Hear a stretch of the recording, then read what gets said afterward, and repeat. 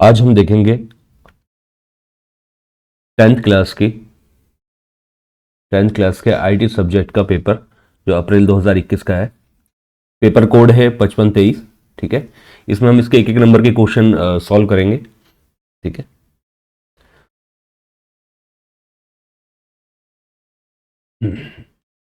इसमें जो सबसे पहला क्वेश्चन है हमारे पास वो है कि एक रिक्लाइन एंगल रिड्यूसेस, जो रिक्लाइन जो एंगल होता है चेयर का, ठीक है, उसमें उसका क्या फायदा होता है। ठीक है, वो रिड्यूस कर देता है, घटा देता है किस चीज को, लोअर बैक में जो प्रेशर होता है या पेन होता है, लोअर बैक पेन, उसको ये उसको कम कर देता है। ठीक है ना।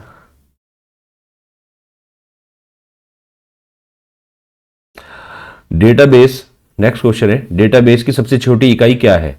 ठीक है, डेटाबेस की सबसे छोटी इकाई क्या है। डेटाबेस की सबसे छोटी इकाई फील्ड होती है। यानी कि जब हम टेबल बनाते हैं, ठीक है, डेटाबेस के अंदर सबसे कोई कोई भी हम टेबल बनाते हैं तो टेबल में सबसे पहले कॉलम होते हैं। ठीक है, मान लो ये कॉलम है। ठीक है, इस कॉलम में यहाँ पर नेम ले लिया, यहाँ रोल नंबर।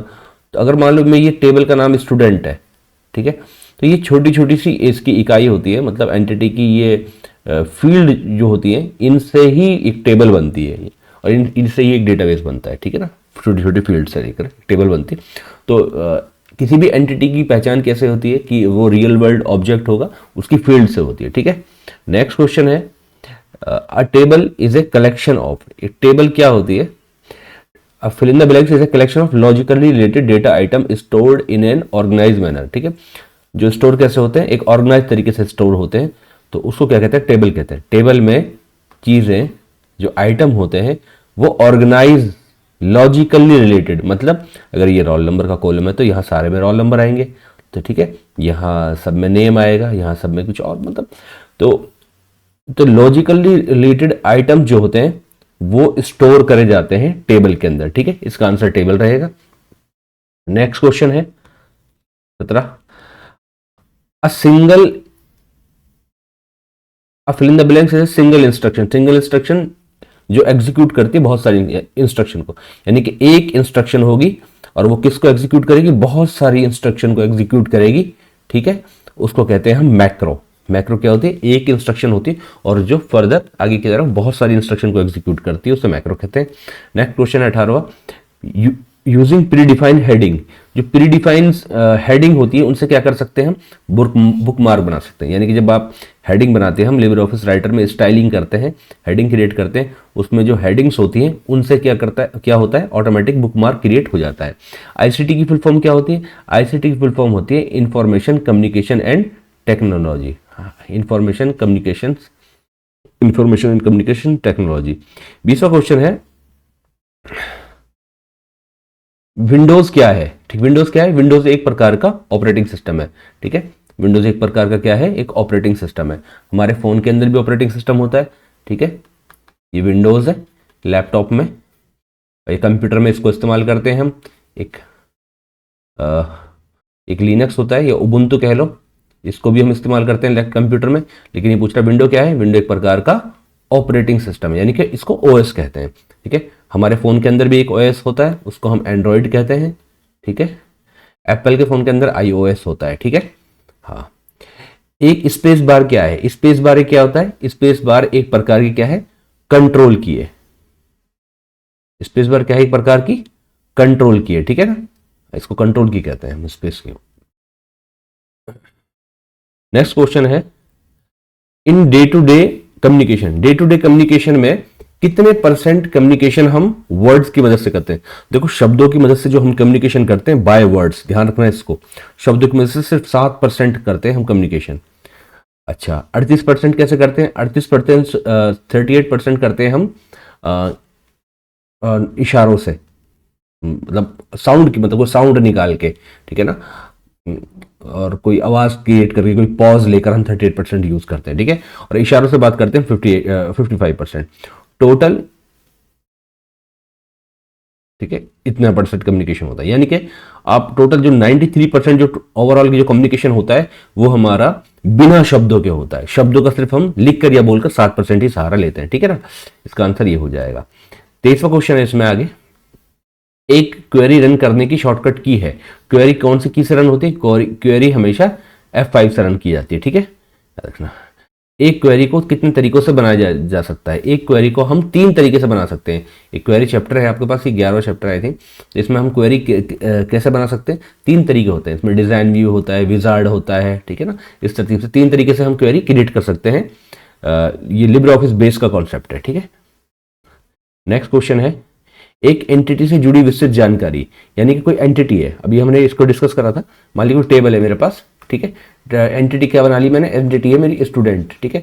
जो स्टूडेंट एंटिटी है उससे स्टूडेंट से रिलेटेड कौन कौन से कॉलम आ सकते हैं? स्टूडेंट से रोल नंबर आ जाएगा, स्टूडेंट से रिलेटेड उसका फादर नेम आ जाएगा, मोबाइल नंबर आ जाएगा, एड्रेस आ जाएगा, क्लास आ जाएगी, सब्जेक्ट्स आ जाएंगे, कोई एक्टिविटी में उसने हिस्सा लिया था वो आ जाएगा। तो अब ये सारे के सारे कॉलम क्या कहलाते हैं? ठीक है, इन्हीं कॉलम को तो हम एट्रीब्यूट कहेंगे। तो detail associated with an entity, तो एंटिटी किससे बनती है? एट्रीब्यूट से बनती है, ठीक है। इसका आंसर एट्रीब्यूट हो जाएगा। नेक्स्ट क्वेश्चन है 26, इसे प्रोग्रामिंग लैंग्वेज, इन सब में से प्रोग्रामिंग लैंग्वेज कौन सी है? देखो, राइटर क्या होता है? लिब्रे ऑफिस राइटर, ये एक सॉफ्टवेयर है। लिब्रे ऑफिस कैल्क, ये भी एक सॉफ्टवेयर है। मैक्रो एक फीचर है, यानी कि एक इंस्ट्रक्शन बहुत सारी इंस्ट्रक्शन को एग्जीक्यूट करता है। एन का मतलब होता है मल्टीपल, ठीक है ना, एक से बहुत सारी इंस्ट्रक्शन एग्जीक्यूट हो रही है, उसे हम मैक्रो कहते हैं। लेकिन इसमें प्रोग्रामिंग लैंग्वेज कौन सी है? बेसिक। बेसिक क्या है इसकी? Programming language. इसका आंसर सही ये हो जाएगा, ठीक है।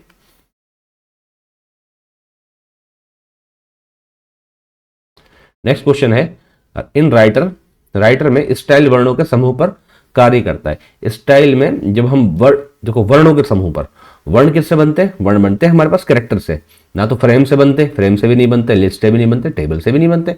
जो कैरेक्टर, देखो लेटर्स, ब्लॉक ऑफ लेटर, ठीक है। तो कौन सा स्टाइल काम आता है? कैरेक्टर स्टाइल काम आता है। अगर मैंने यहाँ पर कुछ लिखा हुआ है और मैं इनको कुछ स्टाइल देना चाहता हूँ, तो उन अक्षरों पर स्टाइल देने के लिए मुझे कैरेक्टर स्टाइल्स का यूज करना पड़ेगा, ठीक है। नेक्स्ट है इसमें 28, राइटर में इमेज को ठीक करने के लिए कितने फिल्टर होते हैं? देखो ध्यान रखना, राइटर में इमेज को ठीक करने के लिए 11 फिल्टर होते हैं हमारे पास, ठीक है। नेक्स्ट है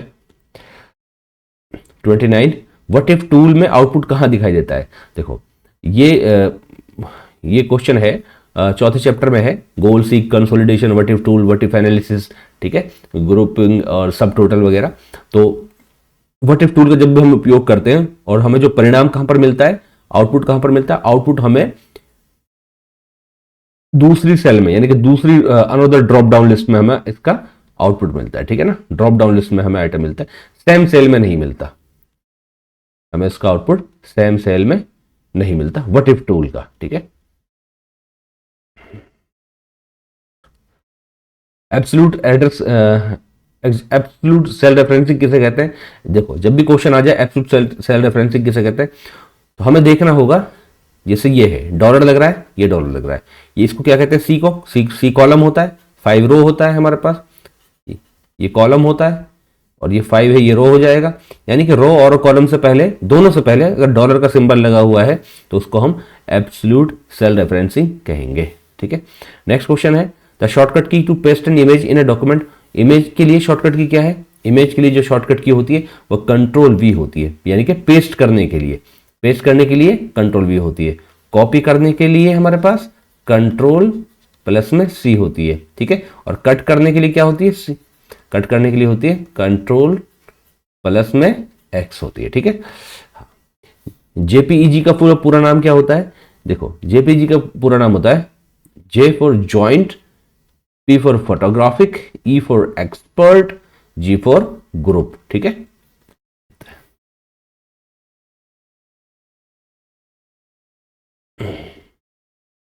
नेक्स्ट क्वेश्चन है, in writer fill in the blank act as a referencing point. Writer में एंकर जो होता है वो रेफरेंसिंग पॉइंट की तरह काम करता है। इसका सिंबल कुछ ऐसा बना होता है ये, ठीक है ना, इस तरतीब से बना होता है, इसको हम एंकर कहते हैं, ठीक है, इसको एंकर कहते हैं। ये रेफरेंस पॉइंट की तरह काम करता है। इमेज बनाई हो आपने, कोई चीज ड्रॉ करी हो, ड्राइंग करी हो उसमें, ठीक है। आईडी का पूरा नाम क्या है? आईडी का पूरा नाम है इंटीग्रेटेड डेवलपमेंट एनवायरनमेंट, ठीक है। नेक्स्ट क्वेश्चन है 35, प्रेसिंग की ओपन स्टार्ट मेन्यू किससे खुलता है? जैसे आपके फ़ोन में ऐसे डॉट लगी होती है, जिसको आप ऊपर की तरफ करते हो या क्लिक करते हो तो एक मेन्यू ओपन हो जाता है। तो ठीक इसी प्रकार के विंडोज़ में की होती है, वो इस तरतीब से बनी हुई होती है। जब हम इस बटन कीबोर्ड में इस बटन को प्रेस करते हैं तो हमारे पास मेन्यू ओपन हो जाता है, यानी कि स्टार्ट मेन्यू ओपन होता है। स्टार्ट मेन्यू किससे ओपन होता है? इस वाले बटन से होता है। इस वाले बटन को क्या कहते हैं? विंडो की। ठीक है। चेहरे के हाव भाव का संचारण का उदाहरण है। चेहरे के हाव भाव से अगर हम किसी से बात करते हैं, उसमें शब्द तो होते नहीं है, ठीक है। जब शब्द नहीं होते तो उसको हम नॉन वर्बल कम्युनिकेशन कहेंगे। फेशियल एक्सप्रेशन जो होते हैं हमारे, वो नॉन वर्बल कम्युनिकेशन कैटेगरी के अंडर में आते हैं, ठीक है। लास्ट क्वेश्चन है, in writer following options places image on the top of all object. अगर आप राइटर में चाहते हो कि आपके पास बहुत सारे ऑब्जेक्ट है, एक ये ऑब्जेक्ट है, एक ये ऑब्जेक्ट है, आप चाहते हो आपके 3-4 ऑब्जेक्ट जो है उनमें जो सबसे नीचे वाला ऑब्जेक्ट है वो सबसे टॉप पे आ जाए, तो उसको आप राइटर में एक ऑप्शन को सिलेक्ट करोगे, उसको कहते हैं ब्रिंग टू फ्रंट। जिस ऑप्शन को आप सेलेक्ट करके, यानी कि जिस ऑब्जेक्ट को आप सेलेक्ट करके ब्रिंग टू फ्रंट पर क्लिक करोगे, वो ऑब्जेक्ट आपका फ्रंट में आ जाएगा, आगे आ जाएगा, ठीक है। 38वां क्वेश्चन है, use to prevent data from getting corrupt. अगर आप चाहते हो आपका डेटा करप्ट ना हो, वायरस आपके डेटा को खराब ना करें, तो आप एंटीवायरस का इस्तेमाल करोगे। आई होप समझ में आ गया होगा। ये इंपॉर्टेंट क्वेश्चन है,